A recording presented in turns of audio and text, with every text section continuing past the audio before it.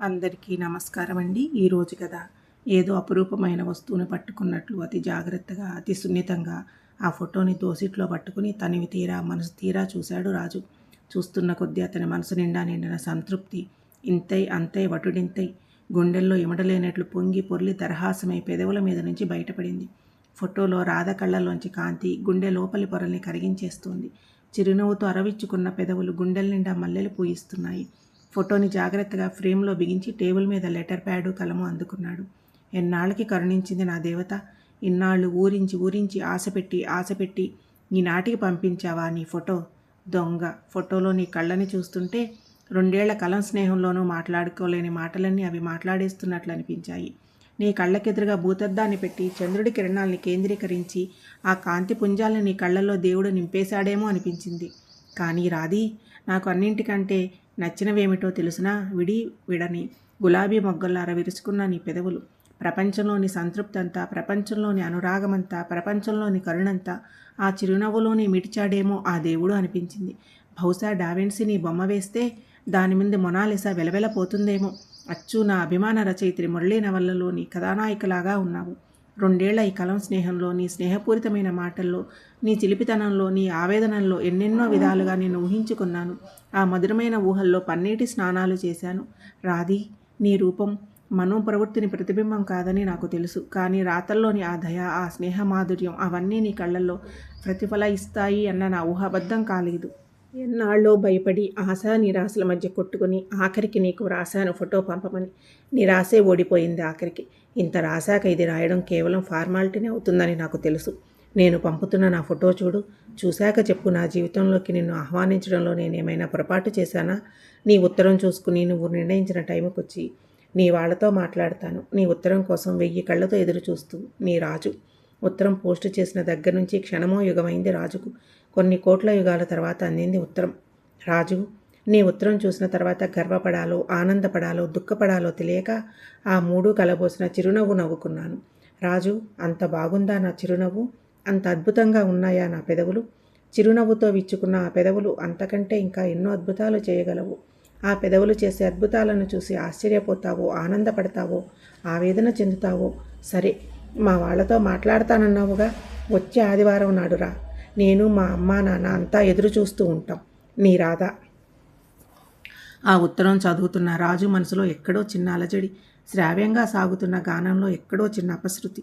పెదవులు చేసే అద్భుతాల్ని చూసి ఆశ్చర్యపోతావో, ఆనందపడతావో, ఆవేదన చెందుతావో అన్న పదాల వెంట అతని కళ్ళు పదే పదే పరుగులు తీస్తున్నాయి. ఏమిటా అద్భుతాలు? ఆ చిరునవ్వులో కపటం ఉందా? నో, వీల్లేదు. అది కపటం కాదు, ఇంకేదో. శ్రీనివాసరావు గారిల్లు ఇదే బాబు. నువ్వు రాజువేనా? అవునండి, నమస్కారం. నా ఊహ అబద్ధం కాకపోతే మీరు రాధ తండ్రి? అవును నాయనా, పొద్దున్నుంచి ముగ్గురం నీ గురించి ఎదురు చూస్తున్నాం అని. ఏమేవ్, రాజొచ్చాడు అని కేకేశాడు ఆయన లోపలికి. తెల్లని పంచె, చేతుల బనీను, భుజాల మీద తువ్వాలు, అప్పుడే పూజ ముగించిన సూచనగా కుంకుమ పొట్టు, జోడించిన చేతుల్ని దించడం మర్చిపోయాడు రాజు. గుంటూరు నేతచీర భుజం నిండుగా కప్పుకొని వచ్చింది రాధ తల్లి. బాగున్నావా నాయనా? ఏ ట్రైన్లో వస్తావో, స్టేషన్కి వెళ్దామా వద్దా అని ఆలోచిస్తున్నారాయన ఆప్యాయిగా అందావిడ. ఇంటికి పక్కన ఒక పెద్ద వేప చెట్టు చల్లని నీడనిస్తూ, వేప చెట్టుకి కాస్త దూరంగా గిలక బావి, ఇంకా వెనగ్గా అలికి ముగ్గులు పెట్టిన తులసికోట, ఆ పక్కనే విరగబూసిన మందార చెట్టు ఎంతో ప్రశాంతంగా, నిర్మలంగా, మనసంతా హాయిగా ఉంది. ఇందులో ప్రతి పువ్వు, ప్రతి ఆకు ఉత్తరాల్లో పరిచయమే తనకి. వరండాలో ఫేమ్ కుర్చీలో కూర్చున్నాడు రాజు. ఎండలో 2 మైళ్ళు నడిచి వచ్చి ఆ వరండాలో చల్లని నీడలో అలా కూర్చునేసరికి ఎన్నో ఏళ్లుగా కుటుంబ సభ్యుడిగా ఉంటూ 1 గంట కోసం అలా బయట తిరిగొచ్చి ఇంట్లో విశ్రాంతిగా కూలబడిన భావం కలిగింది. ఎవరితోనూ ఏమీ మాట్లాడకుండా అలా కళ్ళు మూసుకుని కూర్చుండిపోవాలనిపించిందో క్షణం రాజుకి.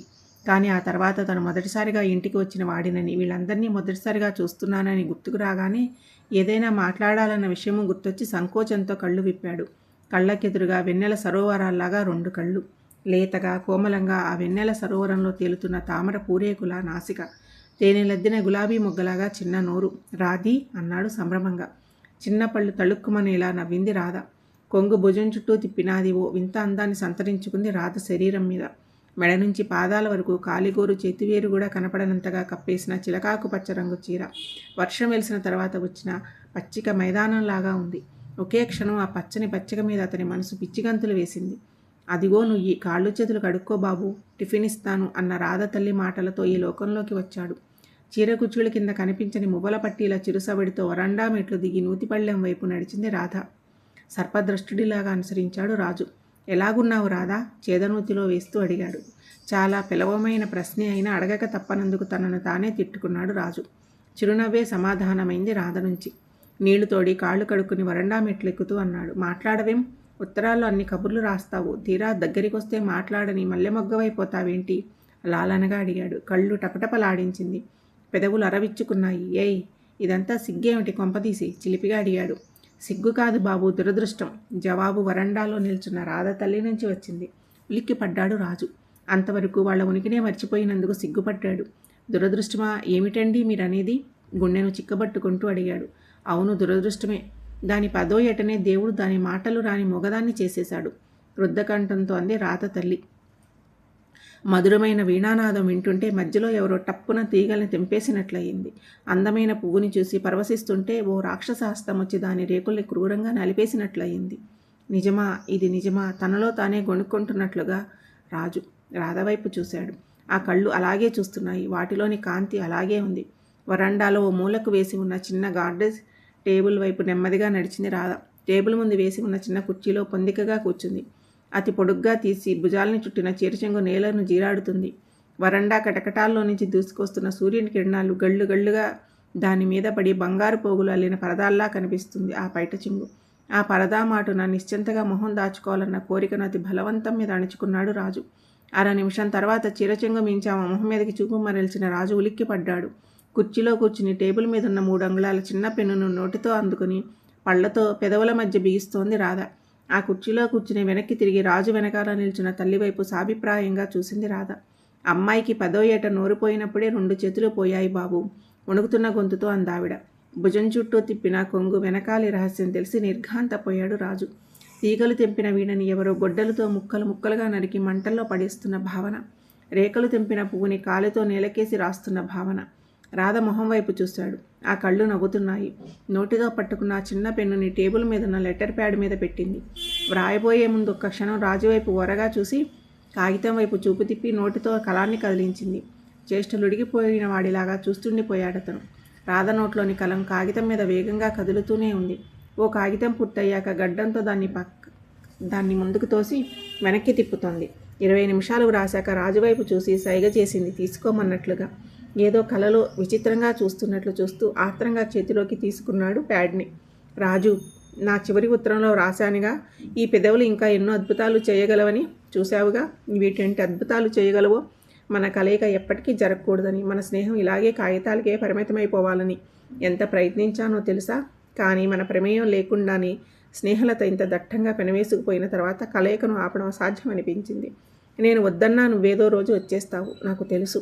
రాజు, 10వ ఏట రైలు ప్రమాదంలో చేతులు 2 తెగిపోయాయి, నోరు మూగదైపోయింది. ఓ 10 రోజులు ఎంత ఏడ్చానో తెలుసా?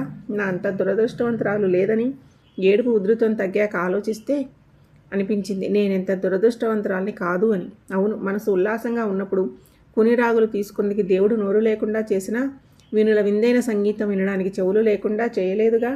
అదృష్టవంతురాల్ని కదూ.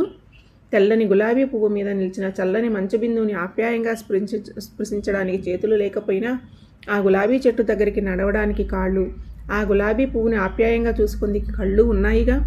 అదృష్టవంతురాల్ని కాదు. రాజు, రైలు ప్రమాదం అయ్యాక హాస్పిటల్లో బ్యాండేజీలు విప్పిన 1 నెల రోజుల తర్వాత నెమ్మదిగా చిన్న చిన్న పనులు కాళ్లతో చేసుకోవడం ప్రాక్టీసు చేశాను. నువ్వెప్పుడు సర్కస్లో చూడలేదు, పెద్ద పెద్ద బరువులెత్తడం లాంటి పనులు తప్ప.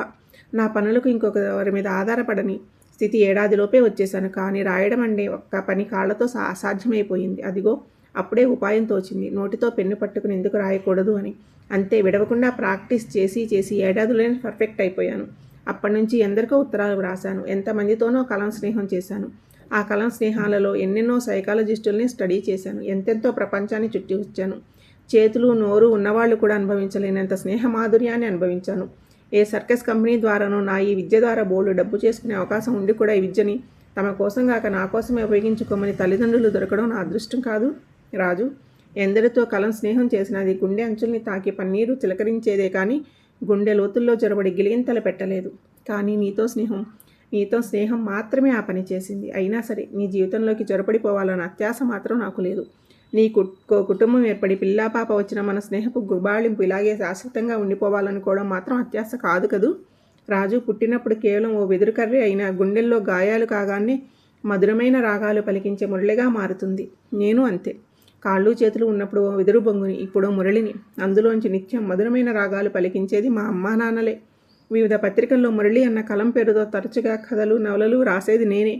ఏదున్నా లేకపోయినా దేవుడు నాకు ఊహలిచ్చాడు. ఆ ఊహల ద్వారా అనుభూతిని పొందగలిగే నేర్పునిచ్చాడు. ఆ అనుభూతిని నలుగురికి పంచగలిగే కళని ఇచ్చాడు. మరి అదృష్టవంతురాల్ని కాదు నీ రాధ. ఉత్తరం పూర్తి చేసి అంతవరకు రాధ పెదవుల మధ్య కదిలిన ఆ చిన్న కళాన్ని అందుకుని ఆప్యాయంగా తన పెదవుల కానించుకున్నాడు రాజు.